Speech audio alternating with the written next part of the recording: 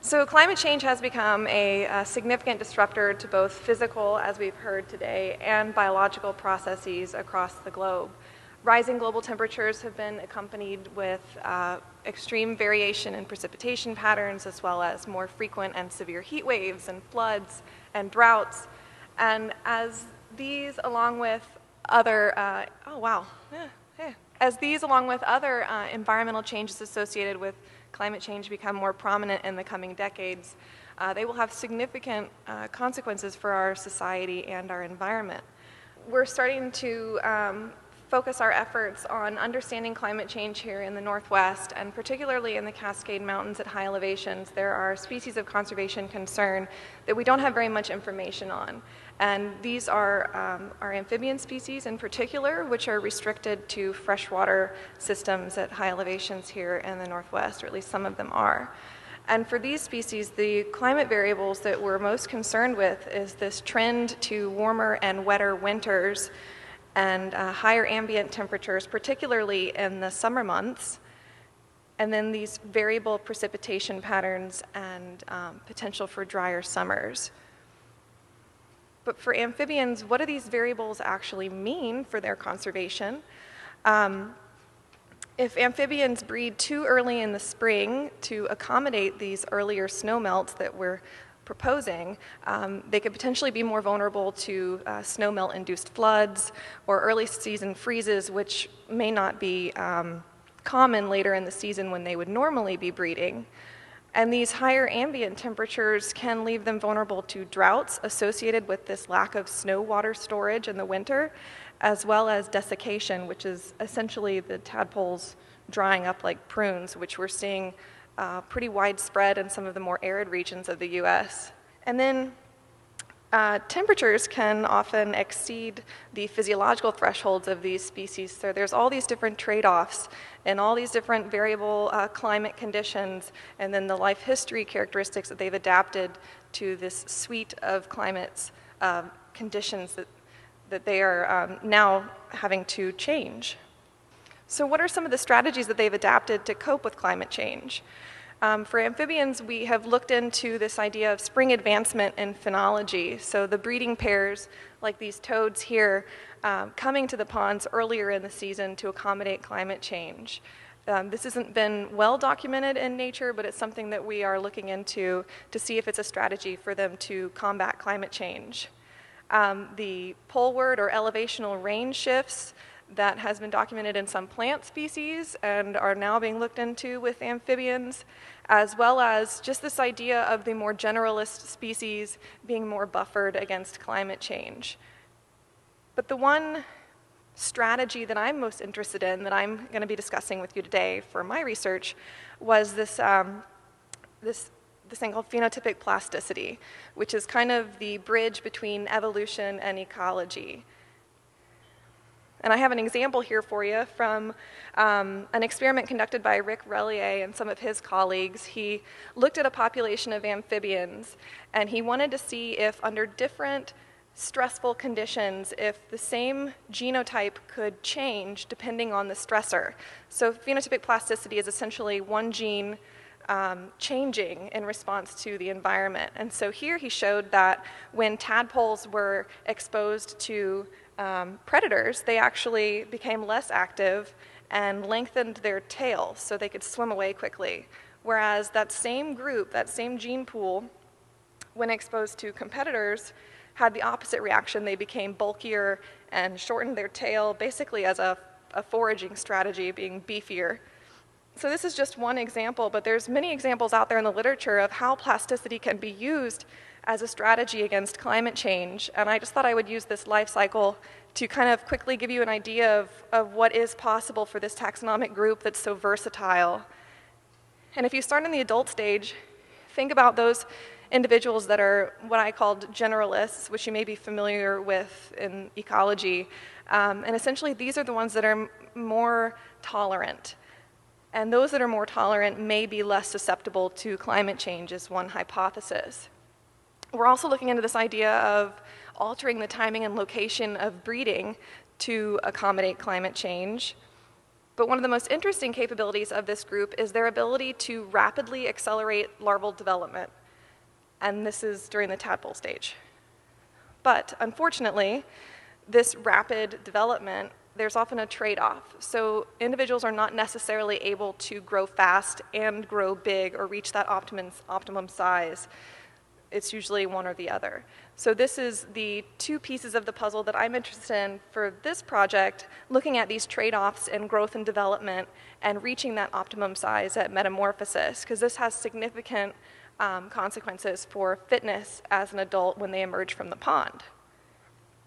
So essentially what I wanted to know was, can these amphibians take the heat of climate change? And so for this experiment, I wanted to quantify phenotypic plasticity for these three high elevation species that exist here in the Oregon Cascades and the Washington Cascades. So the first species I chose was the Pacific chorus frog, which is what I consider a generalist species for the purposes of this experiment. They exist in a variety of freshwater habitats across broad elevational ranges, and I consider them kind of a benchmark for this study to compare the other two species that I selected, because they are more tolerable relatively. And this is kind of the sweetheart of the Cascades. This is our Cascades frog. It's endemic to the mountain range. It exists at the highest elevations and prefers shallower waters, so it's very vulnerable to hydrological and temperature extremes. And then the western toad, or boreal toad, which you may have heard it referred to as, was historically one of our more wide-ranging species, but is now a species of conservation concern in every state of its known existence. And that's largely due to fungal and bacterial epidemics that are exacerbated by climate change. So these three species kind of represent the suite of responses possible to climate change in our amphibian communities at high elevations. So what I did is I collected a community of eggs from Little Three Creeks Lake, which is right outside of Sisters, and I brought them into the lab and housed them in a temperature-controlled environmental chamber. And then once they hatched out, I split them up into two temperature treatments, one that simulated kind of the historical natural temperature conditions that they experience at their breeding pond, and one that simulated climate warming. And this was based on data from a SNOTEL data set from a station that was about 2 kilometers from their breeding site. And the jagged, more stochastic black line here is that SNOTEL data set, and that's for the decade 2001 to 2011.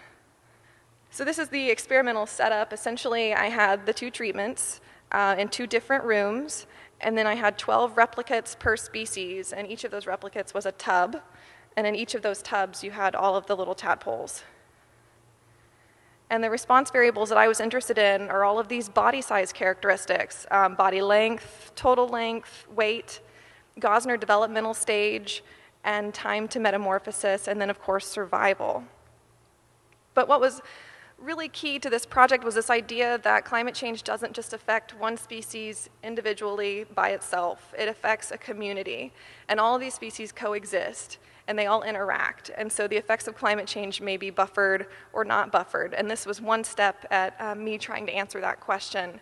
And so I kind of commandeered this index from someone in the botany world who wanted to standardize the degree of plasticity across multiple species. And so I took that same idea here and modified it and basically looked at the ratio between the phenotypic value for a given trait, and I don't expect you guys to figure this out, so just for the purposes, I tried to illustrate it as best as possible. So you compare the minimum and maximum mean phenotypic values for a trait, and you compare that to the environment or the temperature at which those values occurred. And that essentially gives you a comparison between species of the effect of, in this case, climate warming.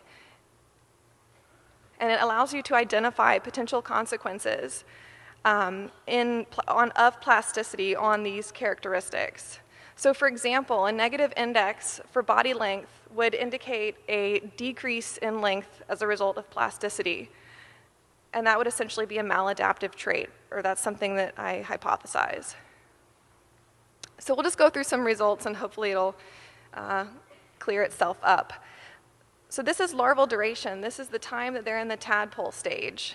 The blue represents the historical temperature conditions at which they were raised, and you can see that it's somewhat different with the Cascades frog being one of our longer developing frogs. But when you expose them to this warmed temperature scenario, you see that all three species rapidly accelerate development, with the western toad emerging from these ponds more than 2 weeks in the warm treatment compared to their control treatment counterparts. And the Cascades frog, with the least amount of difference, but still significant, of about 10 days. This is just the index to give you a better picture. Above 0 means it's a positive adaptive trait.